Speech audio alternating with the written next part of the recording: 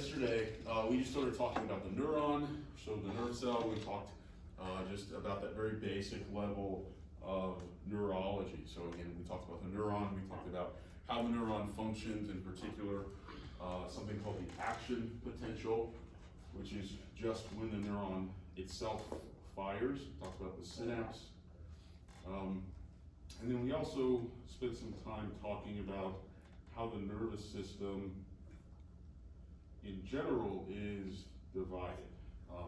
So central versus peripheral nervous system, and then looking at the autonomic versus the somatic, and then looking at the sympathetic versus the parasympathetic. Okay, so check out that lecture to figure out what all of that means, but those were the highlights. Still cannot find this video. Let's see if I can search for it.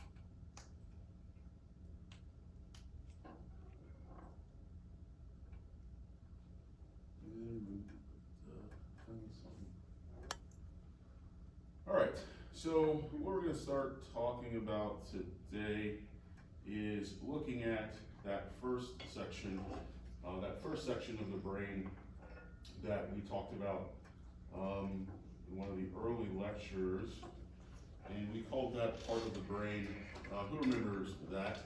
This kind of first section of the brain, this lower piece right here, what did we call that in our first set of lectures? Where's your mask, sir?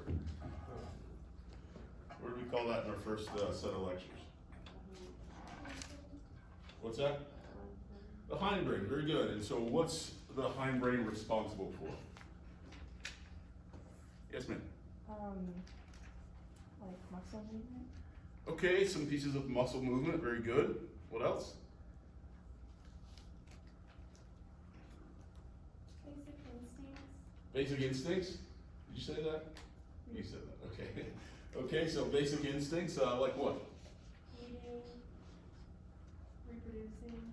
Okay, so eating, keeping yourself fed, reproduction, some of that stuff's gonna go in there. We talked about some pieces of reproduction or sexual arousal, at least, with regard to that parasympathetic, sympathetic split in the nervous system. And yep, some of that's gonna happen on this kind of autonomic level. What else? I just gave you a bit of a hint there. I don't know if you know the word autonomic means. But basically, many of our instinctual functions, right, are going to happen in this lower piece of the brain. Stuff that we're not really thinking about. Stuff that is autonomic, that is to say automatic in our body. So things like heart rate, things like breathing, things like perspiration, things like hormone, distribution. All of these things are going to happen for the most part. That hormone piece is kind of on the border, but all of these things happen for the most part in this hindbrain, right? This is the part of the brain that is the oldest. This is the part of the brain that's going to carry those really important functions. This is the part of the brain that's going to carry those functions out without our knowledge for the most part, right? If we had to think about our heart beating, keeping it beating, right, that would be a problem. It sucks enough that we can kind of do it with breathing, right? Think about your breathing and oh shit, now I have to keep thinking about it or I might die. So all of that stuff's happening down here. I mentioned a little bit yesterday that some of these structures, we're not going to go too much into the structures of the hindbrain. They're a little bit boring. That's just because most of what's going on here, for instance, in the pons, in the midbrain, if you remember, I did note that there's actually a section called the midbrain that's in the hindbrain. But the midbrain, the pons, the medulla, and then even the thalamus, which is technically located in the midbrain, but has more of a hindbrain functionality. All of these things that I've just pointed out, all of those structures are really just about routing information into and out of the brain, right? You get this piece of information coming in up through your spinal cord, into your brainstem, and now your brain needs to figure out, well, where do I put that? What part of your brain can process or understand that information, right? So sensory versus movement, all of these different things being routed in through that hindbrain.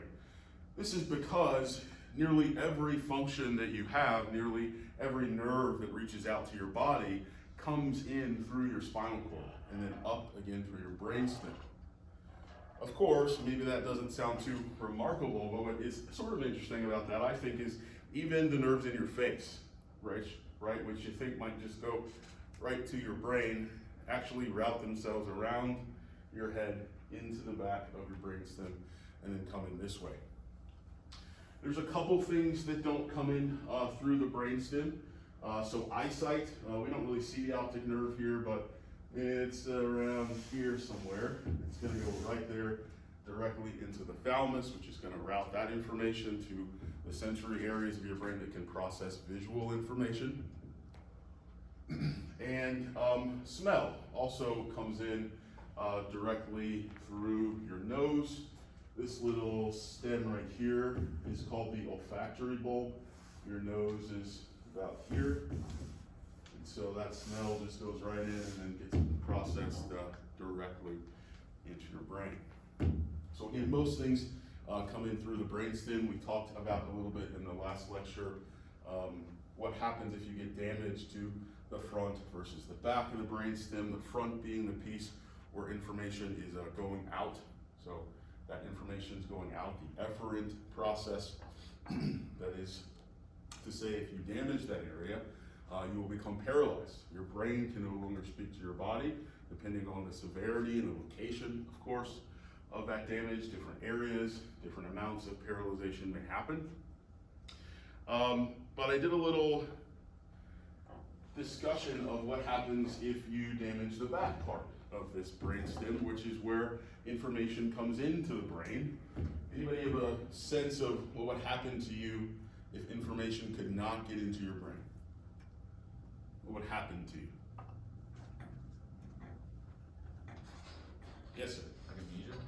What's that? You can't remember stuff, like amnesia? You couldn't remember stuff, so you certainly wouldn't be able to say that you remembered stuff. You certainly wouldn't be forming new memories. Yes? There's something else we would call this.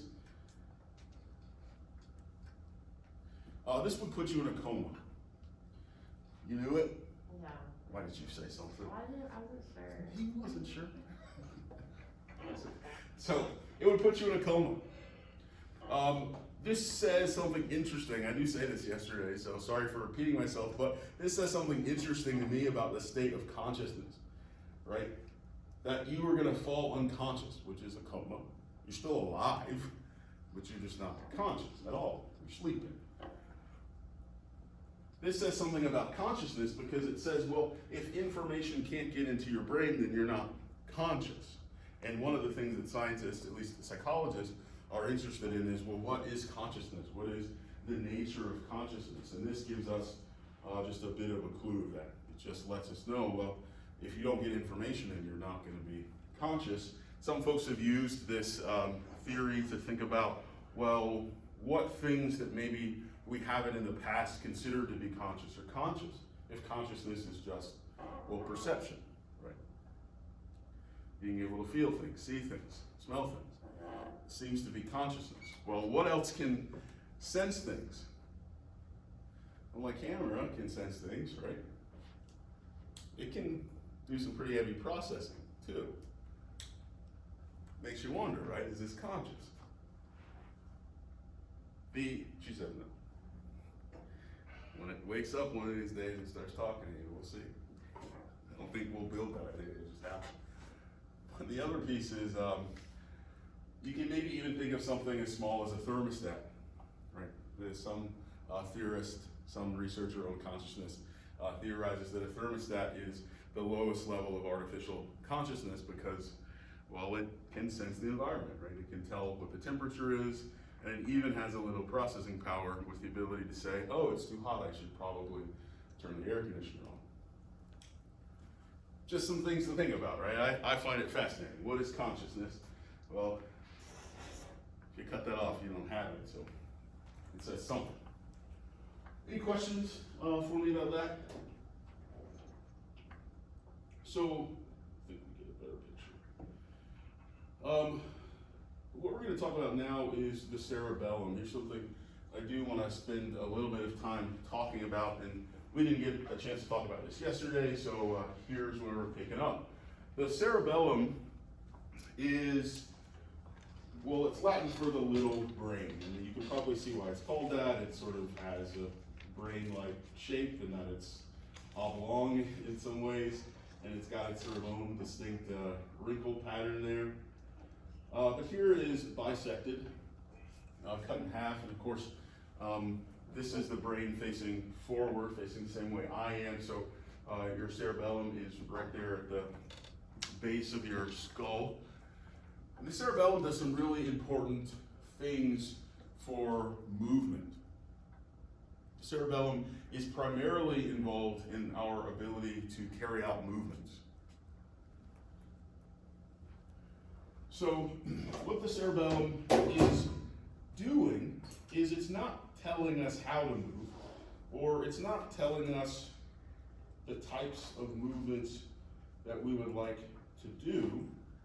That's actually going to happen up in this yellow area way at the top of the brain. We'll talk about that probably tomorrow. But that part of your brain is called your primary motor cortex. And of course, that wrinkly part of your brain is your forebrain, as we've called it. It's the cerebrum is what it's known as, that wrinkly part. And the cerebrum is, that's the part of our brain where we're making plans. It's the part of our brain where we're making decisions, where we're smart, if you will. So that's the part of the brain where we decide to move. That's the part of the brain where we say, I want to pick up that pen, or I want to move my arm over here and grab the coffee I forgot to bring. But it's just giving the order.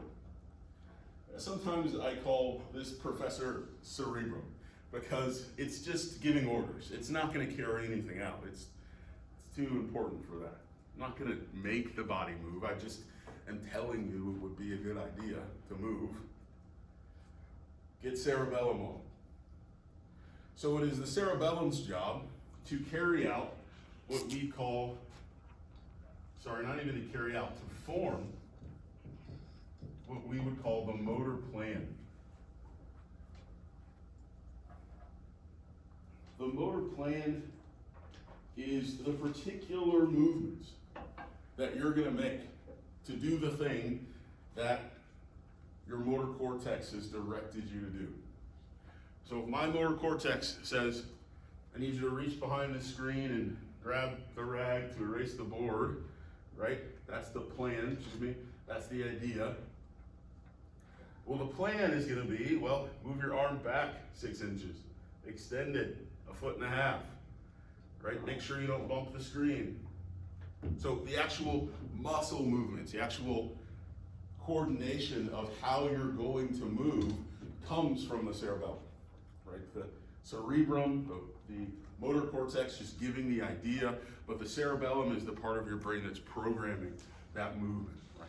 So we did say, of course, that the hindbrain is going to have some responsibility for movement, and yes, it does, right? It's the actual part of your brain that's doing the moving, but it does coordinate itself, or at least take direction from this other part of your brain, tied into this other part of your brain, that's going to actually say, well, what is it that you need to do? The cerebellum can, of course, act on its own, right? The cerebellum can do some thinking for itself. In fact, it has to, generally, in order to carry out this motor plan, because maybe something I wanted to do isn't exactly possible, or it isn't possible in the way that I wanted to do it. So one of the other things, along with this, that the cerebellum is doing is it's listening for feedback. paying attention to, well, I wanted to get my hand behind the screen, but oh, I bumped into something. Adjust an inch. Try again, right? This is the type of thing that just happened now, right? This is the type of thing that, you know, I thought about it there, but you might skip, you try to get up the steps and you catch your foot. And so you step higher next time, right? Maybe you do that on purpose, but even if you didn't, your cerebellum would update your motor plan. The steps are higher than we thought. We need another half inch. Does this make sense? So motor plan and feedback, right? Even if it's giving the motor plan and it's to say what to do, it's still listening for, well, how do I need to adjust in real time, right? It's getting closer. I thought it was going to be here, adjust, now I can catch it. Feedback. The other thing that it's doing is giving us and this is going to be related to, well, all of these. Oh God. It's giving us a position sense.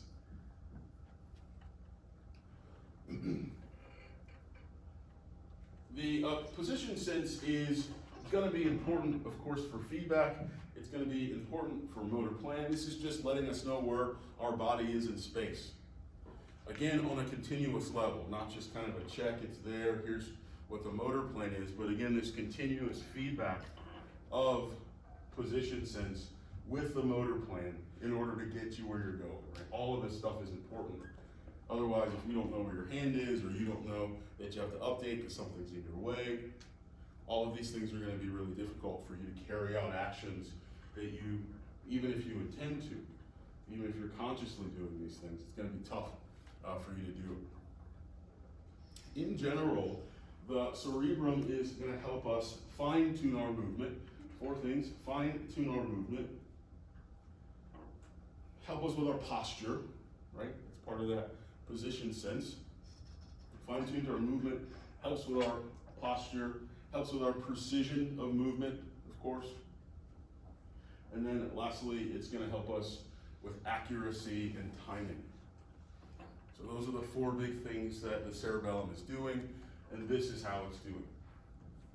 By giving us a motor plan, providing feedback when necessary, and incorporating or using our position sense to help us move fluidly, with precision, posture.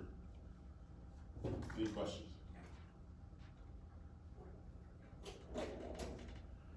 So, I'd like to give some demonstrations of what it looks like. There used to be a better one, but I don't know where it is. Demonstration of what it looks like when somebody has cerebellar, we call this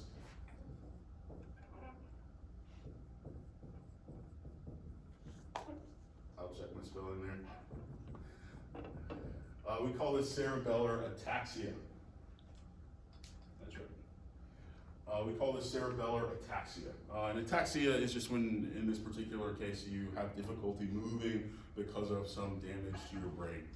There can be other types of ataxia, right? The cerebellar is just locating where it is in the brain we think or know that is causing the trouble with movement. But you could also have a motor cortex ataxia or something else. Yeah? Grandpa has that. Your grandpa has this? Yeah. Tell us about what's his movement like? Very, it's almost like he's, I don't want to say glitching, but it's extremely similar to MS, but not as extreme, or so you would think. He was misdiagnosed with that for, I think, 30 years. Wow. Until 5 or 6 years ago. Do you know what happened? How did he get this damage to his brain? I don't know. You don't know? Often it's injury or disease, right? And disease can be some form of just degeneration. MS is a form of degeneration, but probably not what's causing this. But often it's just some type of disease. Can be a tumor, can be a lesion. These type of things just either pressing on or just kind of eating away at that part of the brain such that it's not able to function as well as it was before. Have you seen any improvement or getting worse? With age, definitely. Sure. I mean, there's certain things you can do with physical therapy to kind of maintain some but it's gone downhill. It has, 100%. yeah. Yeah, and I asked that because for some folks, if it's like a tumor or something that gets removed, that the disease or the piece itself isn't getting worse. Sometimes the brain will begin to rewire itself and try to recover some of that functionality. We often see this, for instance, with folks who have strokes.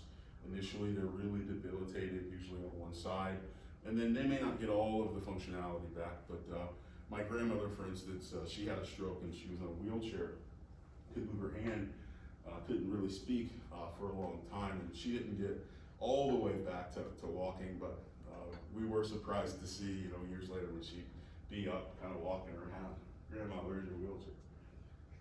So there is some ways in which this functionality can get better. Here's a demonstration of what's called a cerebellar gait, which is just to say how he's walking, the way he walks due to this ataxia.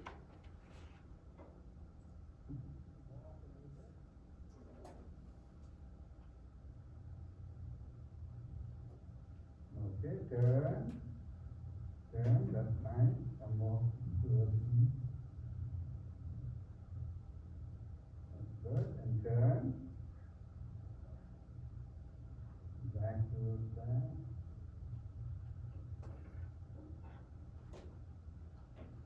So Okay. let's try to find this other one. I'm gonna look one more time. Well, what did you notice there? Somebody talk to me about what it is that you saw in terms of this guy's movement.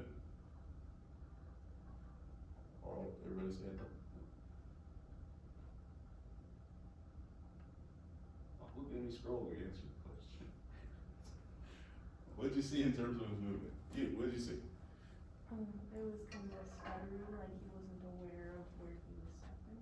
Okay, it was kind of stuttery. She says he wasn't, it looked like he didn't know or wasn't aware of where he was stepping. What else? Seemed like he had to think through every single movement, like lift leg, set leg down, Very good. And this is really what's going on here. Just an ad, yes. Is because that cerebellum isn't active, what ends up happening is you don't have that automatic control of your movements, right? Here's a better example. And I just say that because the guy was actually pretty good. This woman is having to be balanced, right? And you can see that her movements are really jerky. The guy had a little bit of a hitch in his step, but for the most part, I would say, his wasn't that bad. I'm not sure if that's recovery or just the difference in severity. But you can see here, right, she is able to go where she wants to go, she's able to sit down, she can do whatever she wants, but it really is just about the control of those individual little movements that you see break up when the cerebellum isn't able to be active, right? You really do have to process every movement that you're making when you're making it, rather than just saying, hey, I'd like to walk over there, and letting your body, your mind unconsciously kind of pull those things together. Questions about this?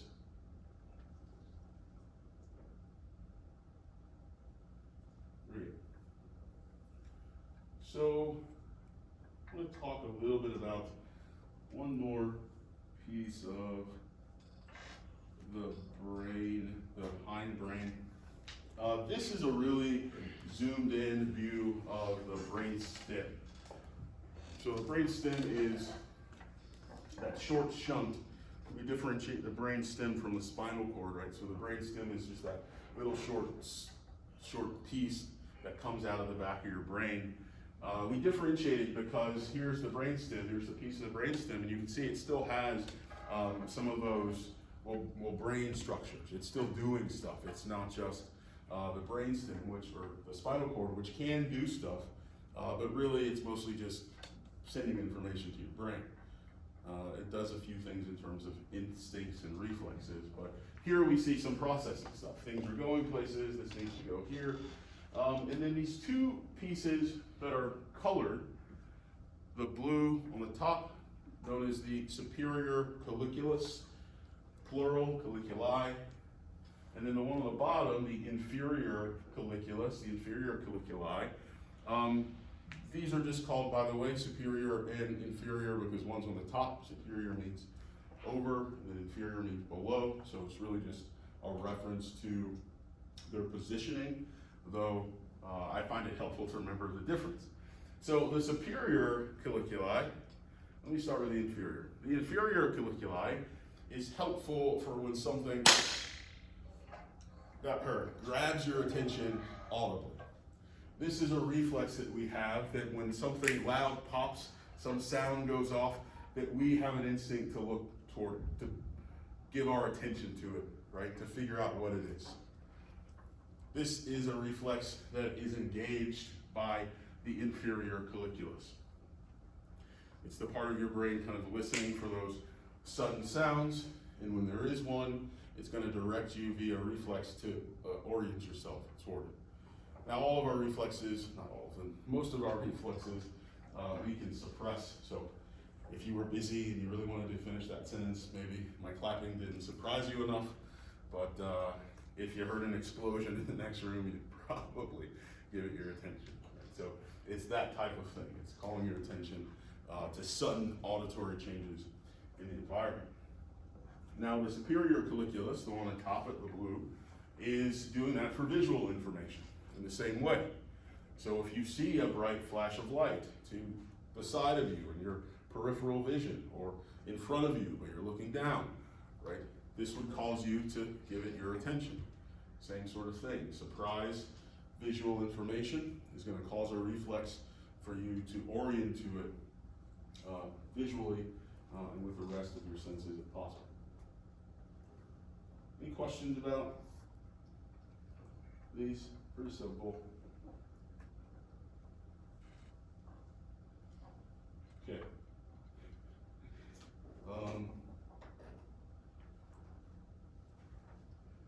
Guess we can go ahead and start talking a little bit about the midbrain.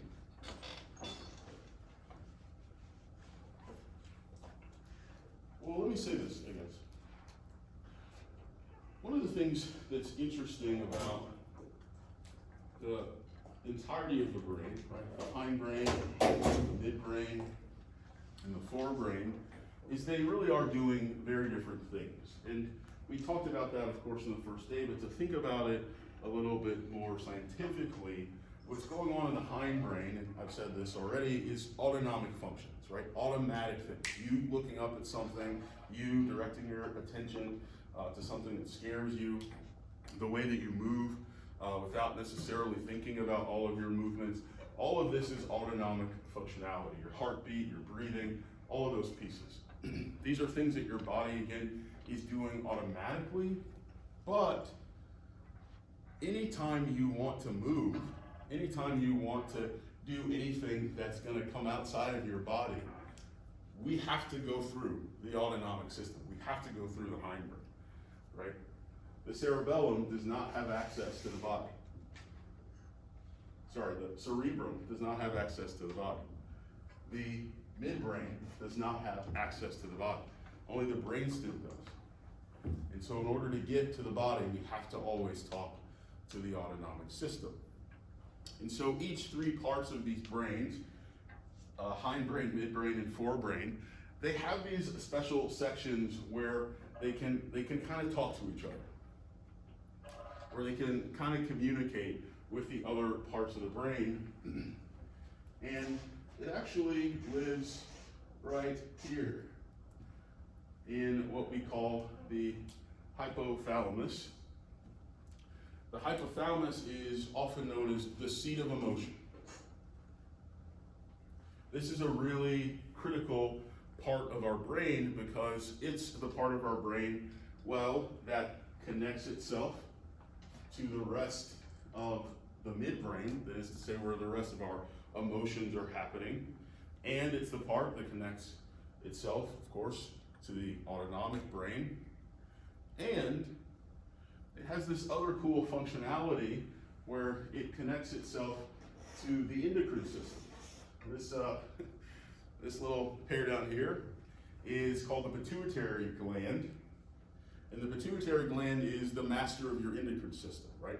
If you need adrenaline, if you need Oxytocin, if you need whatever the sleeping hormone is, melatonin, right? This is the part of your brain that's gonna say, hey, your body needs this, let's go ahead and release it. It may not be released, the pituitary gland does release some hormones itself, but you've got other endocrine glands in your body that the pituitary is talking to and saying, hey, you need to do your job, or you need to up your job, or slow down, or whatever it is.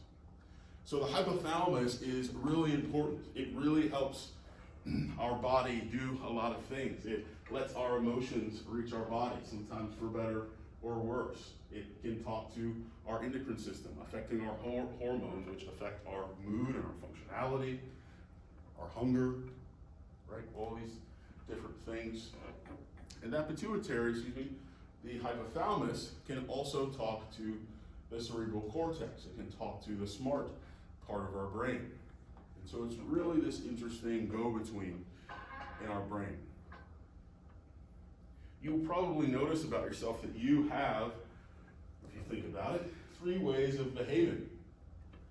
You have a way of behaving that's automatic, right? Something itched, you scratched it, you didn't think about it, you just did that.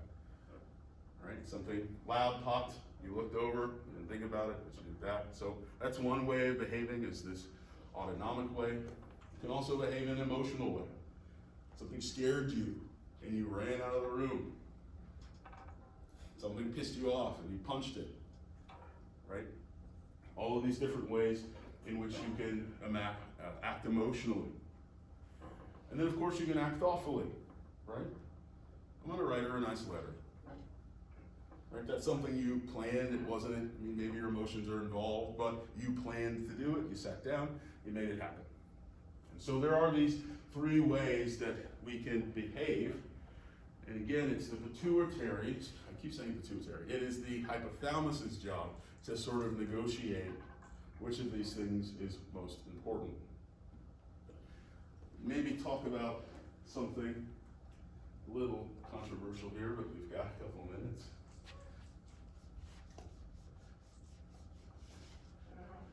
This is fascinating to me in the realm of police shootings.